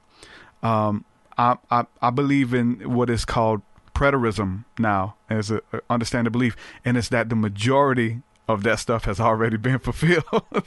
Yeah. Jesus is in Matthew 24. He's standing there with a bunch of people. He's like, look, I'm about to go. He says, this generation, you standing here, will not perish, will not pass away until everything that I told you becomes fulfilled. and there's kids there. You know, there's a bunch of people's families. He's saying, look, everything that I told you is going to come to pass, and these little ones here will not pass away until everything happens. Everything, not some of it, but all of it. And then we start looking at some of the things that Jesus talked about, and literally after he died, like he died and rose again, all of those things started becoming fulfilled, man. Like the dead rising, you know, the dead in Christ shall rise. You know that happened? When Christ rose with all power and all authority, came back from Sheol, dead people, dead believers in the faith came out of their graves and started visiting their loved ones and preaching the gospel to them when he rose. And so we're still waiting for all of this in the church now. They're waiting for persecution to come to Christianity. They're going to hunt us. They're going to kill us. They're going to cut our heads off, and they want us to deny that noble name by which we're called. Man, that's a slap in the face of the martyrs. What happened in 70 AD, 70 years after Jesus died, that generation was still around. 70 years after he died, you have Rome, and what Rome encircled Jerusalem, and everything that Jesus said, that he said, look, when you see this stuff coming, head to the mountains, flee. He said, if you're on the housetop and you see them armies coming, he said, don't even go into your house to grab your coat. Get out of here, because they're coming for you. And all of that stuff happened. But everybody wants to be the people of the book. You know that. And so we all feel like it's going to happen again or whatever. But these people were hunted for game. When they caught them, they tortured them and did all types of things to these believers. They fed them the lion. They made them fight lions and watch the lions. They did it for sport. Like you turn on your television and watch football, they would come to the Coliseums and watch Christians have to fight a lion. And guess who wins? The lion.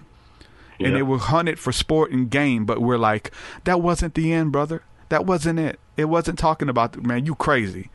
These folks would hang Christians and have them on crosses and crucify them and hunt them down. Oh, that wasn't it, bro. That stuff that they were talking about, man, that you talking about Armageddon. Tell the martyrs that, oh yeah, I wasn't talking about what this is happening to y'all. These people were eating their children. The ones who listened to Christ, they fled. They seen the Romans coming. What did the others say? Oh, we're going to be saved. God's going to keep us where we are. We're going to stay here. I'm not leaving. I'm going to stay here.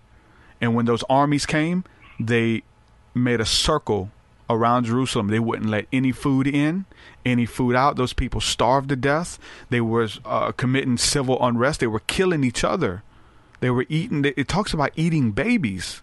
It talks about the blood covering the streets when they came in to finish everybody. This happened. The destruction of Jerusalem, Armageddon. That's why there was an urgency. When you go back and read the Bible, there's an urgency. Hey, don't get married. Don't get married. We gotta get this gospel out. Time is short, brethren. Man, that was 2,000 years ago, over 2,000 years ago. Time is short, brothers. And you read it now, there's an urgency because they knew the end was near. We got to get this out. They're going to kill our Savior. And then they're going to, it talks about the beast and all of these things that came in Rome, and they adopted Christianity and mixed it with paganism. And all of these things that we have now, we're like, oh, that's not talking about them. It's talking about us. So for me, I don't know. I know you believe a lot of that. Preterism. I didn't know there was an understanding that people believe the majority, if not all, of those biblical prophecies have already happened to those people. And there's so many key things that happen. It's like blows my mind. Like what? So I know I went on a tangent, but I know you believe a lot of that stuff too. Because they were persecuted and they were told it's coming. Yeah, it's coming for you. And I do. You got to give your neck for the gospel, and they're coming for it. Yeah, you do. I mean, it's almost still true that people be exposed to now. I ain't know what the word Christian means. If you look in the Latin, it's kind of mean naive, stupid.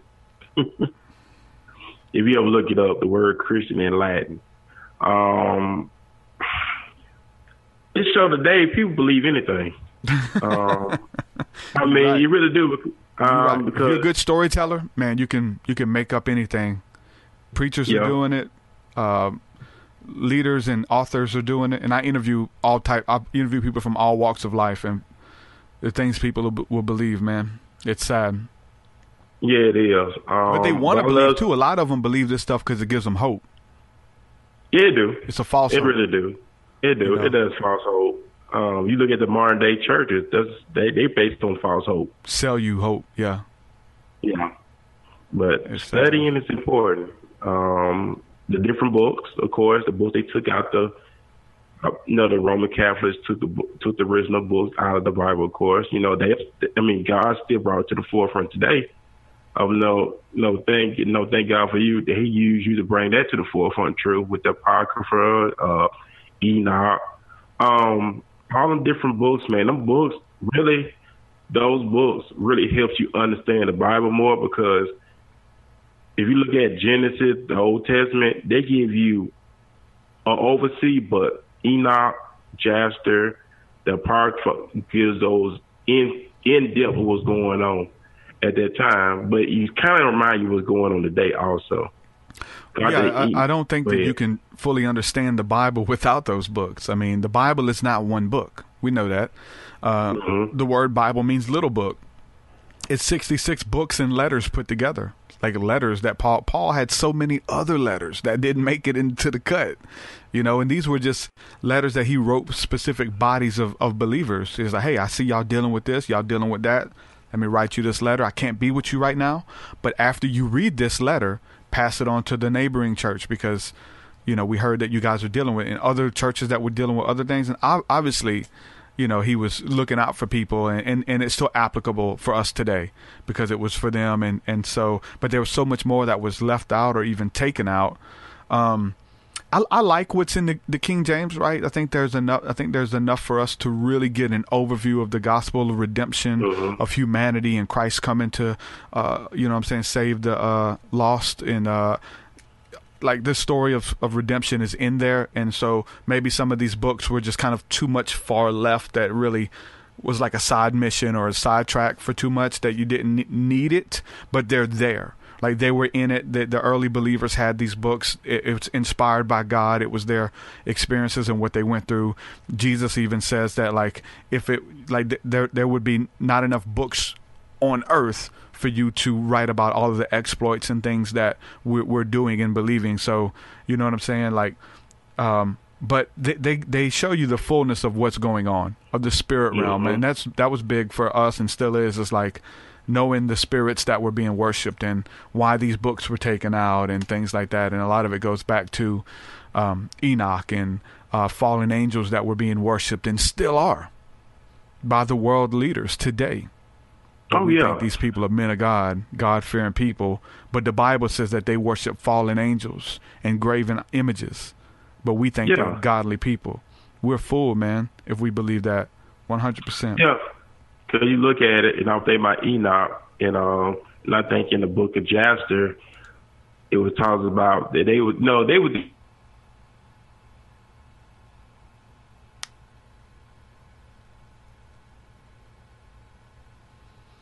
Kind of muted again. I know your audio kind of gets muted. I don't know if it's a connection or a wire or something. I don't know. Or just wiggle your cord or something. You hear me now? Yeah. Yeah, it was talking about the women. They actually make birth control so the women can keep their figures, which that goes on today. Birth control. So the Bible said the woman had to bear children. So what the devil gonna do? He gonna do opposite of what God will is. Yeah. So I just made birth control. So the woman get on birth control, it helps them to keep their figures. So they won't have to bear their children. They look, okay, a woman have a child, she'll lose her figure. Yeah, there's a lot of that, man. It's deep. It's deep. It goes into like makeup. Enoch goes into where makeup came from, and we talked about this on here, bro. Like some of the stuff that these people are doing, the elite people, the people in Hollywood, like the stuff that they're putting in their makeup. I did a video on here talking about Sandra Bullock. She's like, I think she's almost 60, and she looks like she's 27. Like she looks young, and they asked her about her makeup and what she used, and they kind of called her out, making fun of her. And she uses a makeup cream that comes from the foreskins of little boys in the Philippines that have been either castrated or had their foreskins cut and ground up, mushed up, made into a cream. She uses the foreskins and puts it on her face to make her look young. And then we go back and read Enoch, and it's talking about how the fallen angels came down and teach women how to adorn themselves with makeup and how to change their face and stuff. And like, you look at some of the makeup stuff too. I know like a lot of times people use makeup just to like kind of, you know what I'm saying, accent their feature a little bit. But some of these, there's videos on YouTube of like a lot of them in China where these old ladies who are like disfigured, they're old, they've aged, and they'll make themselves look like little baby dolls and stuff, and they have like thick layers of almost like cake makeup on to make their nose look big, to make their eyes look like they're open and animated. It's really weird. And going back to Enoch talks about a lot of that stuff, and then scripture says women are supposed to be chaste. Women are not supposed to adorn themselves with rupees and doing their hair and all of this kind of stuff. Not even supposed to have their hair shown. They're not even supposed to show your hair because of the angels. When you pray, the angels are able to see that, and it entices them. There's some deep stuff. Yeah. Now, whether you believe this is true, if it's for today, listen, the ancients believed it. The ancients believed this stuff was true, and it talks about it in Enoch, and that stuff is in the Bible for a reason, I believe. And it even mentions it that women, you know, are not supposed to pray with their head. It's two things. Women are not supposed to pray with their head uncovered, and men are not supposed to pray with their head covered. Mm-hmm. If you have a hat, we were big on that. We took it, you know, when we was doing ministry, but we took the Bible at its word. Like if you. And a lot of old school people still do. If you praying with your hat on, you got to take the hat off, man. Your prayers are hindered. Yeah. And you know, people talk to like look down and close your eyes and look down, but the Bible says look up and lift your hands up. Like there's a lot of instructions in there that have been lost due to, you know, Western Christianity and what we call. I think there's spiritual principles behind it all that's applicable, man. It is. I mean, they'll tell you today. If that's done away with, you know, that's first Nick what to say. That's the Old Testament. That stuff is done away with. We're a New Testament church, and we can't do our own thing, man. God the same today, yesterday, forevermore. So we can't do our own thing. It's not gonna work. His will is still gonna prevail. So none of that stuff we think is right ain't gonna work. Yeah, a lot of that stuff. You know, the holidays. We're celebrating Passover right now, but the world is celebrating Easter, you know, in a couple of days, you know, and making up holidays. And we were big on that, dude. I stopped doing Christmas and any of the pagan stuff for like 8 years, bro. You know, we stopped eating pork, we stopped eating shellfish and eating kosher and stuff like that. I took it very seriously, you know, and you know, we were mocked and scoffed and laughed at, which is what the scriptures say would happen, you know, if you do those things. But, you know, it's crazy.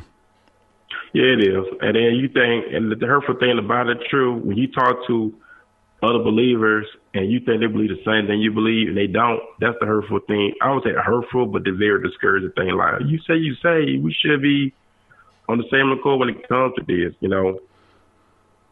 Yeah, I'm in just because I think we come to find out that it's pretty much different religions within all the denominations. Just because somebody uses the Bible, they don't even believe nothing. Like you might not, I don't, and I'm pretty sure you don't. I don't agree with the majority of Western Christianity and church thought. The majority of it goes against the Bible. It is antichrist, like, you know, but it's accepted as the norm. I still call myself a Christian. I call myself a believer because I'm a follower of Jesus Christ and what he did on the cross for my sins. And you know what I'm saying? He won me and bought me with a price, which was his blood. He was the perfect sacrifice that bridged the gap between me and God. So that's about the only thing I have in common with Christianity. You know what I'm saying? Of the West anyway. But Christianity, you got to look to the East, bro. We got to go back to the East. Can't look at what we got now thinking that this is, because when we read the Bible and then we look at the modern church, we're like, hold on, something don't add up. We can't quite put our finger on it, but the more study and the research and all that stuff, you start finding out what happened. Yeah, dude, because Sunday, is the first day of the week. Sunday is not Sabbath. The Sabbath is on the Saturday. It lets us know. A lot of people think that's been done. Oh, that's the Old Testament. That's under the law. No, it's still saying. Remember, in the New Testament, Jesus said, "Don't think that I come to destroy, but fulfill." Yeah. It still goes on today. So I don't do Sunday worship. I don't do the Sunday worship. I do one Saturday. I don't do the port myself either. I don't do the pagan holidays. I'm at the point of learning about the days that we are supposed to celebrate, like the Passover, the unleavened bread. We got holidays that God ordained for us to celebrate. They are in the Bible, of course. But like I said, the modern day Christianity, they say that's done away with. That's crazy, but if it takes being with myself and take care and happy with myself. They just make up new holidays. Throw out the old ones that we have and make up new ones. Oh, yeah. Pastor anniversary, friends, family and friends day. All this stuff is not biblical. It's not. Youth day. All this stuff is not biblical, ladies and gentlemen. Let's go back to the Bible. Let's go back to the blueprint. When we go back to the blueprint, we're going to be blessed because He's going to honor His word. That's all we're going to get blessed when we become doers of His word. Yeah. Yeah, when you believe, man. That was the thing for me. It was like, being told that we're cursed by all of these different pastors about tithing and stuff. Like, that was deep. Like I'm saying, psychologically, like, they train you to believe that. They train you to believe that you can't disagree with the pastor, all of these things. Then I started kind of doing a word study on the word blessed. The book of Psalms says, I'm blessed simply because I believe. Then recently it was so powerful going back to the Beatitudes. Blessed are the poor in the spirit. Blessed are the peacemakers. Blessed is this. Blessed is that. Hold on. Like going back and understanding what God says about you versus what people say or religion says. And you find it's like night and day. His thoughts are continually on us, and He has a plan to bless us and to prosper us and, to keep us in good health and all of these things that if we believe it. Yeah, I think years ago, True, I know you shared years ago, and a lot of people going to be doing ministry at home, that they weren't going to be going to the buildings, their building. They was going to really be coming together at home. I think you said something like that years ago. Yeah, exactly. And it's so funny you said that because my friend Christy Johnson here just posted a scripture. She says Acts 2:46 said that they met every day in the temple and breaking bread from house to house. Mm-hmm. The church started in the house. And then especially when Rome came, and which was this institution, it went back to the house. And that's where it started. That's where it's going to end, in the house. And guess where believers are meeting now more than ever?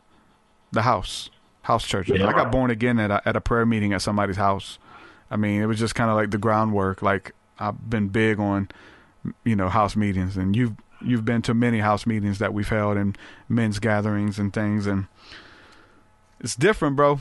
You've been to a lot of these churches with me, man. You experienced a lot of this stuff too, and you've been here since day one. So it's awesome to have you on and talk to you and reminisce about some of these stories and beliefs and stuff like that. And then again, still being here to talk about it. Again, a lot of people, fell by the wayside or, just get caught up with life, Yeah, and I appreciate you for having me on your podcast. I know you talk about getting together and having me on the show. And, of course, being a man of my word, it did come to pass today, of course. So I appreciate having me on your podcast. For sure, man. So, again, this going to go ahead and give out the links where people can check out your work. Ferman's show is on our network now as well. So if you type in Walking His Ways, Impact Voice, you'll be able to find that. And so your shows are going to be streaming on our network as well. But for those who want to go to your website, you got some really cool merch. I've been designing merch for you and logos and stuff for years. And you've got a bunch of shirts and stuff available too, which are really cool. Some powerful sayings and phrases that the Lord gave you that we turned into shirts. So go ahead and plug all that stuff right quick, man.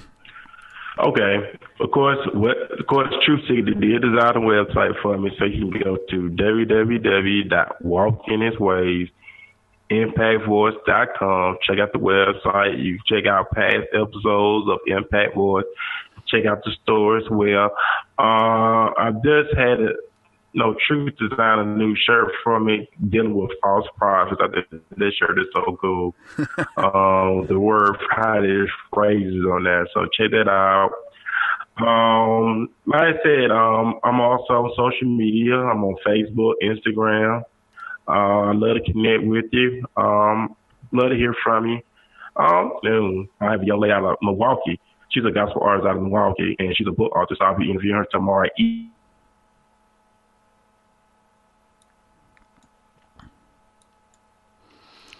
I think your mic cut out again. So, but I got your site here. It's Walk in His Ways, Impact Voice, and so you can go to the website. You can look him up on iTunes and all those kind of places as well. Ferman, thanks for coming on, hanging out with me, man. I really enjoyed it, bro.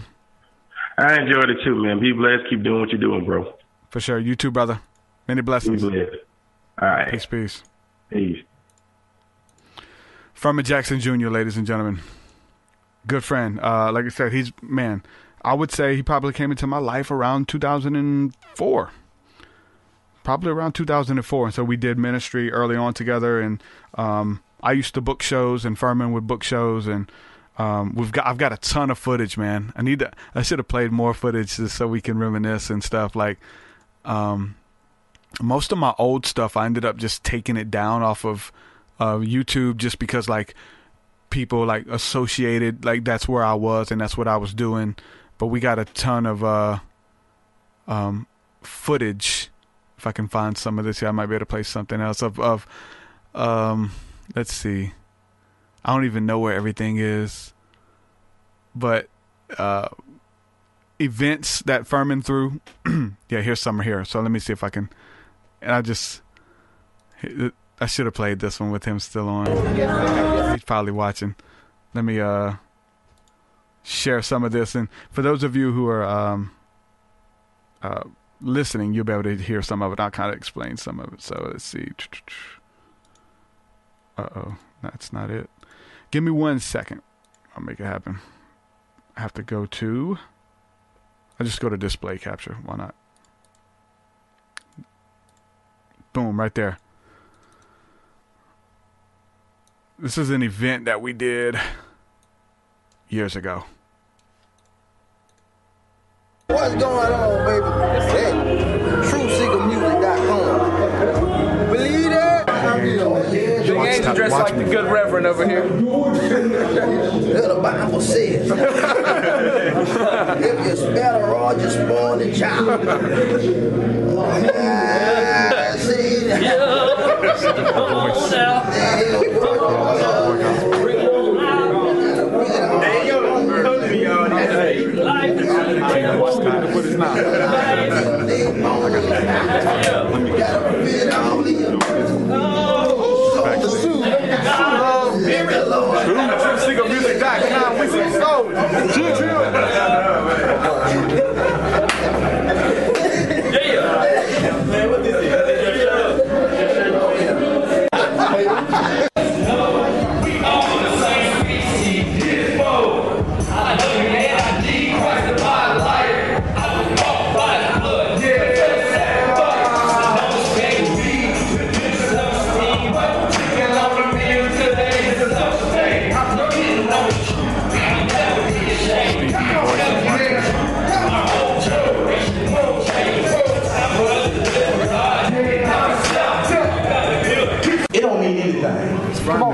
Live was come with different motives. Live was want to pick and choose. We can't do that. That's not right. In order for us to make an impact in the city of Mobile, it starts with us first. We got to get our own houses in order. That's the only way you're going to make an impact. We can't go out here and do anything, live any kind of way, and then we want to come up here and say, Lord, I love you. He said, they worship me with their lips, but their heart is filled with the heart or far from me. Come on. Jesus is the heart. every time I hear into this world with that heart, with that spirit, with that flesh, the fleshly nature. Some people call it the ego, where you always got to compete. You always got to feel like you got to do good to impress God on your own, with your own things, your own imaginations. And that's what we see Cain when he had his own offering, when he wanted to offer to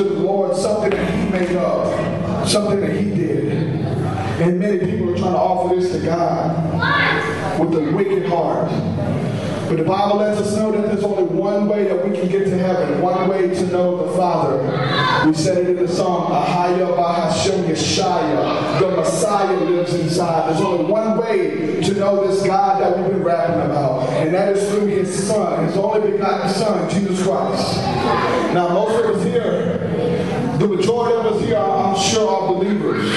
But we want to open this up that if you do not know Jesus Christ, if you do not know this God that we've been rapping about, that we've been singing about, that we've been praising about, that we've devoted our lives to, that the opportunity is open for you tonight to understand that you're a sinner, and that the only way for you to get to God is not through Muhammad, not through Allah, not through Buddha, not through creation science, but to get to God his way, or else you're living in the vanity of your mind, right? There's only one way to get to God, and that's through Christ. Us believers know that. Throwback, y'all. That young man preaching on there, man. Foundation, man. Look, thank you guys for hanging out with me. If you want to check out some of this music and stuff, I don't know if I should do another channel or put it on Patreon. Maybe put it on Patreon. That'd be a good, cause I got so much footage. I think that'd be something cool for patrons to check out. I got all types of footage. Let's see here. If you look, here's a folder with a bunch of stuff. Like, let me just play a couple more. What? That's the one I just played. What's going on, baby? Hey, TruthSeekahMusic.com. I was praying, man. I was talking to the Father like a couple weeks ago. The Lord put a story on my heart, and He put a fire inside of me. The word got back and they was, and you get 3 people, you get 3 people, you people. The Lord wants you to stand tonight. Will you stand? Will you stand? Look, I don't do that. I'm going to stand for God. I'm going to stand for what He said. That's against the Bible, and I'm not going for it. He wants you to stand. He's not looking for you to do all this crazy stuff. He just wants you to stand. And I'm going to tell you that if you will stand, if you will not bow your knee to the gods of this world, to the cares of this world, if you will not bow, there is somebody standing with you in the midst of you, one like to the Son of God, whose name is Jesus Christ. He is with you. The Bible says that the Lord will be your rear guard. Uh-oh, good stuff, y'all. Y'all check it out. I might put some of this up on Patreon. Y'all let me know in the chat if you think I should. Good times, man. Good memories. Christy says, so ghetto. Yeah, I had to learn how to not be ghetto as much, and I'm still ghetto for sure. I can't hide it. It still comes out, but I've gotten better.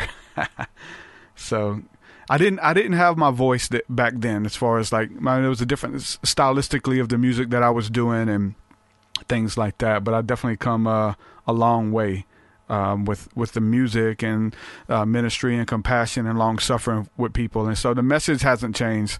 The message is still Christ crucified, man. That love became a person and dwelt among men. And when He came down here, for some reason we killed Him. We didn't want it. We crucified Him, but it was the very thing that was sent to save us we didn't want as a people. And I think that message is still valid today, and it's still the essence of why I do what I do. So, man, if you want to check out some of this older stuff, let me know. I may put it on Patreon again, just to have it there, something special. But yeah, thanks for hanging out with me. Really enjoyed this episode. Ferman is a good brother, man, somebody who I can call friend. He's been there from the jump, and he's still there today. And so shout out to the long suffering and friendship that I've had with him. Make sure you check out his podcast. He's interviewed a bunch of really cool people as well. So with that, I'm going to say peace and shalom, man. Thank you guys for hanging out with me. If you want to support, go to patreon.com/TruthSeekah. Thursday night, which is tonight, we're going to do the School of the Mystics. We're going to tap into some breath work and engage the Father through the breath. The word breath in the scriptures translates to spirit. The spirit, the pneuma, the life force of God, the essence, the Ruach HaKodesh, the Holy Spirit of God, which is the breath. And we're going to engage God that way. If that sounds like it's interesting to you and you want to tap into that and get into His presence, check us out. Patreon.com/TruthSeekah. Thursday night, School of the Mystics. Peace, peace. Your way so much higher than mine, so much higher than mine, so much deeper than mine, so much deeper than mine. Well, that does it for this this episode, folks. To hear more episodes of the TruthSeekah podcast, head over to TruthSeekah.com. And if you're wanting to support the show and get rewards, go to our Patreon page at patreon.com/TruthSeekah.